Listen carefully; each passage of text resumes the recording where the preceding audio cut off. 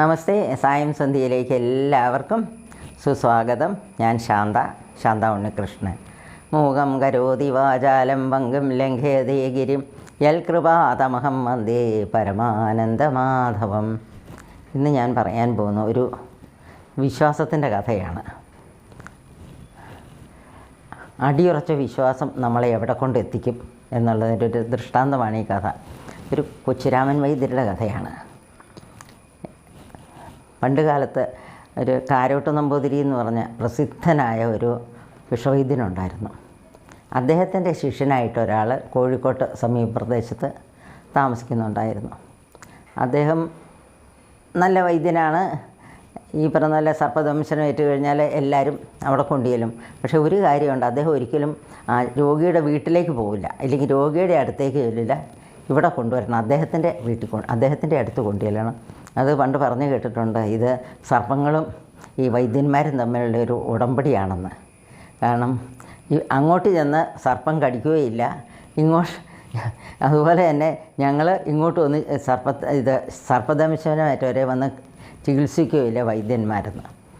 എന്തായാലും ഇദ്ദേഹം നല്ല ഭിഷഗ്വരനാണ്. ഇങ്ങനെ ധാരാളം ആൾക്കാർ വരുന്നുണ്ട്. പക്ഷേ അദ്ദേഹം ഈ ചികിത്സിക്കുന്നതിന് ഒരു പൈസ പോലും വാങ്ങിക്കില്ല, ഒന്നും പ്രതിഫലമായിട്ട് വാങ്ങില്ല. പക്ഷേ ഇതറിയാവുന്നതുകൊണ്ടുണ്ടല്ലോ പലരും അദ്ദേഹത്തിന് ഇങ്ങനെ എന്തെങ്കിലും കാര്യം പറഞ്ഞുകൊണ്ടൊക്കെ ഇങ്ങനെ ഓരോന്ന് കൊണ്ട് കൊടുക്കുക, അങ്ങനെയൊക്കെ ചെയ്തു. അങ്ങനെ അദ്ദേഹം കാലക്രമത്തിൽ നല്ല ധനികനായി. എന്നാലും അദ്ദേഹത്തിൻ്റെ വളരെ അർപ്പണബുദ്ധിയോടുകൂടി തന്നെ അദ്ദേഹത്തിൻ്റെ ആ വൈദ്യവൃത്തി അദ്ദേഹം തുടർന്നിരുന്നു. അപ്പോൾ ഇതിൻ്റെ അടുത്ത് ഒരു വീടുണ്ട്. അവിടെ അദ്ദേഹത്തിൻ്റെ വീടിൻ്റെ അടുത്ത് ഭയങ്കര കഷ്ടമാണ്.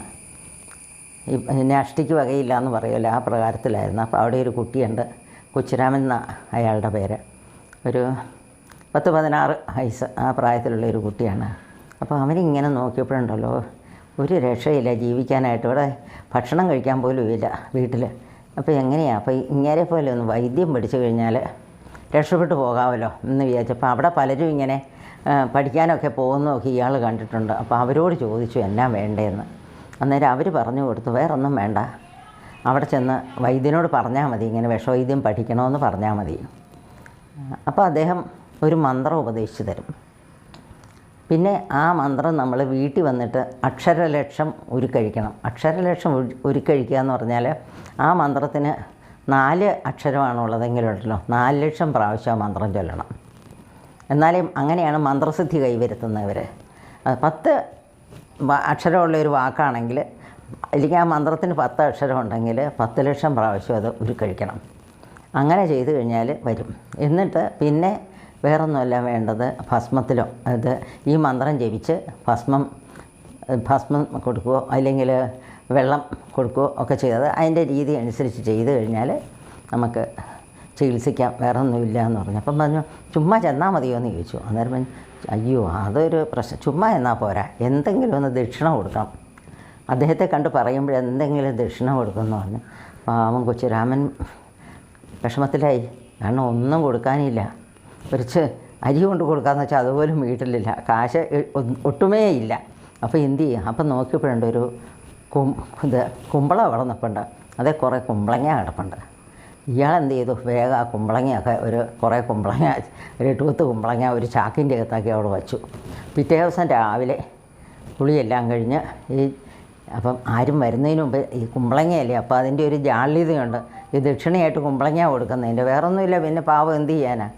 അതുകൊണ്ട് ആരും വരുന്നതിന് മുമ്പ് രാവിലെ അവിടെ കൊണ്ട് വൈദ്യനെ അടുത്തല്ലേ വൈദ്യനെ പറയാം എന്ന് വിചാരിച്ചു അദ്ദേഹം കുമ്പളങ്ങയൊക്കെ അവിടെ ചെന്നപ്പോൾ വൈദ്യരെ എഴുന്നേറ്റിട്ടില്ല. വൈദ്യരെ എഴുന്നേറ്റ് വന്നപ്പം കാണുന്ന നമ്മുടെ കൊച്ചുരാമൻ കുളിച്ച് കുറിയൊക്കെ ഇട്ട് ഇങ്ങനെ അവിടെ വന്ന് നിൽപ്പുണ്ട്. അടുത്ത് ഈ ചാക്കുമുണ്ട്. അപ്പോൾ എന്താ എന്ന് ചോദിച്ചു വേഗം അദ്ദേഹം. അന്നേരം പറഞ്ഞു എനിക്ക് ഒന്ന് വിഷവൈദ്യം പഠിച്ചാൽ കൊള്ളാമെന്നുണ്ട്, അതാന്ന് പറഞ്ഞു. ഇതെന്താ? അത് കുറച്ച് കുമ്പളങ്ങ എന്ന് പറഞ്ഞു. ഉടനെ തന്നെ അദ്ദേഹം പറഞ്ഞു എന്തടാ വിഡ്ഢി കൂശ്മാണ്ഡം എന്ന് ചോദിച്ചു. എന്ന് വെച്ചാൽ എന്തിനായി വിഡ്ഢി കൂശ്മാണ്ഡം കൊണ്ടുവന്നതെന്നാണ് ചോദിച്ചത്. പക്ഷേ ഈ പയ്യനുണ്ടല്ലോ ഈ വെപ്രാളത്തിലൊന്നും കേട്ടില്ല. എന്താടാന്ന് കേട്ടു. പിന്നെ കേട്ടത് വിഡ്ഢി കൂശ്മാണ്ഡം എന്നാണ് കേട്ടത്.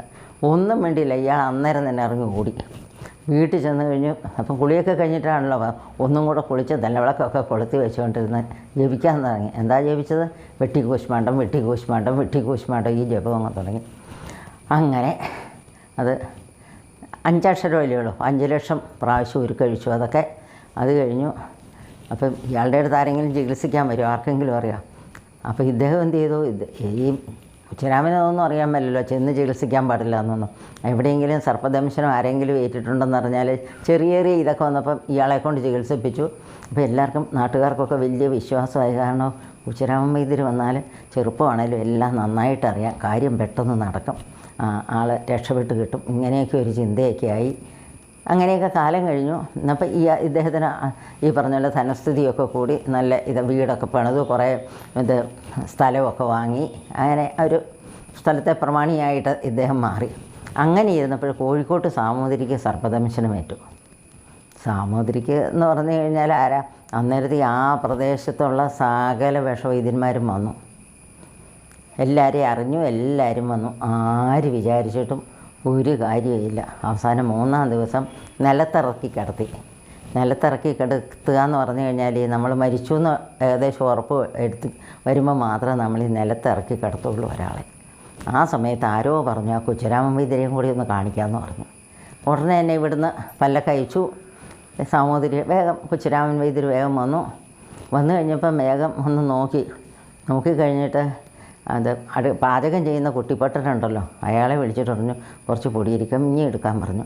ഈ കേട്ടോണ്ടെന്ന് എല്ലാവരും അതിശയപ്പെട്ടു. മരിച്ചു കിടക്കുന്ന ആൾക്ക് തന്നെ പൊടിയിരിക്കഞ്ഞി എന്തിനാന്ന് ചോദിച്ചു. അന്നേരം പറഞ്ഞല്ല, അത് തമ്പ്രാക്കൾ ഉണരുമ്പോഴേ നല്ല വിശപ്പായിരിക്കും, 3 ദിവസമായില്ലേ അമൃതയത്ത് കഴിച്ചിട്ട്, അപ്പോൾ അന്നേരം കൊടുക്കാനാണ് പറഞ്ഞു. എല്ലാവരും ബാക്കി വൈദ്യന്മാരൊക്കെ ഇയാളെ പുച്ഛത്തോടു കൂടിയാണ് നോക്കുന്നത്. പിന്നെ ഇയാൾ പൊടിയിരിക്കഞ്ഞി കൊടുക്കാൻ പോണു എന്നുള്ളത്. എന്തായാലും അത് കഴിഞ്ഞു. വേഗം ഇദ്ദേഹം അടുത്തിരുന്നു, കുറച്ച് ഭസ്മ ഈ പറഞ്ഞാലും എടുത്തു, ഒന്ന് ജപിച്ചു. അത് കഴിഞ്ഞ് അതിട്ടു. അത് കഴിഞ്ഞിട്ട് വെള്ളം ജപിച്ചു. അത് കഴിഞ്ഞിട്ട് അത് ഒന്ന് കുടഞ്ഞു മുഖത്തുമൊക്കെ. അന്നേരം പതുക്കെ ഒന്ന് അനങ്ങി. അയ്യോ, ഇത് കണ്ടപ്പോഴത്തേക്ക് എല്ലാവരും ഇങ്ങനെ അതിശയിച്ച് നിൽക്കുക. അടുത്ത പ്രാവശ്യം കൂടെ ചെയ്തപ്പോഴത്തേക്കുണ്ടല്ലോ ഇദ്ദേഹം കണ്ണു തുറന്നു. 3-ാമത്തെ പ്രാവശ്യമായപ്പോഴത്തേക്ക് എഴുന്നേറ്റിരുന്നിട്ട് പറഞ്ഞു വിശന്നിട്ട് വയ്യ, കഞ്ഞി വേണമെന്ന് പറഞ്ഞു. അന്നേരത്തേക്കും ഇദ്ദേഹം പറഞ്ഞുകൊണ്ട് കുട്ടിപ്പട്ടയുടെ കഞ്ഞിയൊക്കെ ഉണ്ടാക്കിയിട്ടുണ്ടല്ലോ. വേഗം കഞ്ഞിയൊക്കെ കുടിച്ചു. കഞ്ഞി കുടിച്ചു കഴിഞ്ഞപ്പോൾ ചോദിച്ചു ആരാ എന്നെ രക്ഷപ്പെടുത്തിയെന്ന് ചോദിച്ചു. അന്നേരം പറഞ്ഞു ഈ കുഞ്ഞിരാമൻ വൈദ്യരാന്ന് പറഞ്ഞ്. ഉടനെ തന്നെ അദ്ദേഹം അളവില്ലാത്തയിടത്തോളം സ്വർണവും പണവും ഒക്കെ കൊടുത്ത് എന്നിട്ട് പറഞ്ഞു അത് ഇദ്ദേഹത്തെ പല്ലക്കിൽ കൊണ്ടുപോയി വീട്ടിൽ വിടണം, വാദ്യഘോഷങ്ങളോട് കൂടിയിട്ട്. ചുമ്മാ കൊണ്ടുപോയാൽ പോരാ, ഇത് വാദ്യഘോഷങ്ങൾ പഞ്ചവാദ്യമൊക്കെ ആയിട്ട് അങ്ങനെ കൊണ്ടുപോകണമെന്ന് പറഞ്ഞ് അങ്ങനെ കൊണ്ടുപോവുകയാണ്. അപ്പോൾ ഇദ്ദേഹം ഇങ്ങനെ ഇതിൽ പല്ലക്കിൽ ഇങ്ങനെ ഇരിക്കണു, അമാലന്മാരിങ്ങനെ പന്ത് ചുമക്കണു പല്ലക്ക്. അപ്പം ബാക്കി വൈദ്യന്മാരൊക്കെ ഇങ്ങനെ നടന്നിങ്ങനെ വരുമോ പതുക്കെ. കുറച്ച് പേര് ഇദ്ദേഹം പുറപ്പെടുന്നതിന് മുമ്പ് തന്നെ ഇറങ്ങി നടന്നു. ഇവരിങ്ങനെ പോവുകയാണ്. ആ സമയത്താണ് ഇദ്ദേഹം പെട്ടെന്ന് തൻ്റെ ഗുരുവിനെ കാണുന്നത്. അവിടെ വെച്ചൊന്നും കണ്ടില്ലായിരുന്നു. പിന്നെ ഇദ്ദേഹം കാണാനും പോയിട്ടില്ല.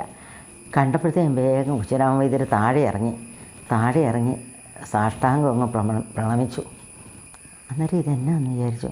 അന്നേരം ഉടനെ തന്നെ വന്നിട്ട് കുഞ്ഞിരാമൻ വൈദ്യർ അവിടുന്ന് കൊടുത്ത സ്വർണവും പണവും ഒക്കെ ഉണ്ടല്ലോ, അതൊക്കെ അവരോട് പറഞ്ഞു ഒന്നും എടുത്തു വയ്ക്കാൻ പറഞ്ഞു. എല്ലാം എടുത്തു വെച്ചു. വഴിയിൽ വെച്ചാൽ ഇത് എടുത്തു വെച്ചിട്ട് പറഞ്ഞു ഇതെല്ലാം അങ്ങേക്കുള്ളതാണ്, അങ്ങയുടെ ആ കാരുണ്യം കൊണ്ടാണ് എനിക്കിങ്ങനെയൊക്കെ ചെയ്യാൻ പറ്റിയെന്ന്. എൻ്റെ കാരുണ്യം ഞാനെന്താ ചെയ്തേ എന്ന് ചോദിച്ചു. എന്നിട്ട് കുഞ്ഞിരാമൻ വൈദ്യർ പറഞ്ഞേ അതെ ഞാൻ പണ്ടേ അങ്ങേക്കെല്ലാം എന്തെങ്കിലുമൊക്കെ കൊണ്ടു തരേണ്ടതായിരുന്നു, പക്ഷേ എൻ്റെ ദാരിദ്ര്യം കൊണ്ട് ഞാൻ എങ്ങനെയെങ്കിലും ഒന്ന് രക്ഷപ്പെടണമെന്നുള്ളൊരാഗ്രഹം കൊണ്ട് ഞാനൊന്നും അങ്ങേക്ക് തന്നില്ല, അങ്ങേ അറിയിച്ചുമില്ല.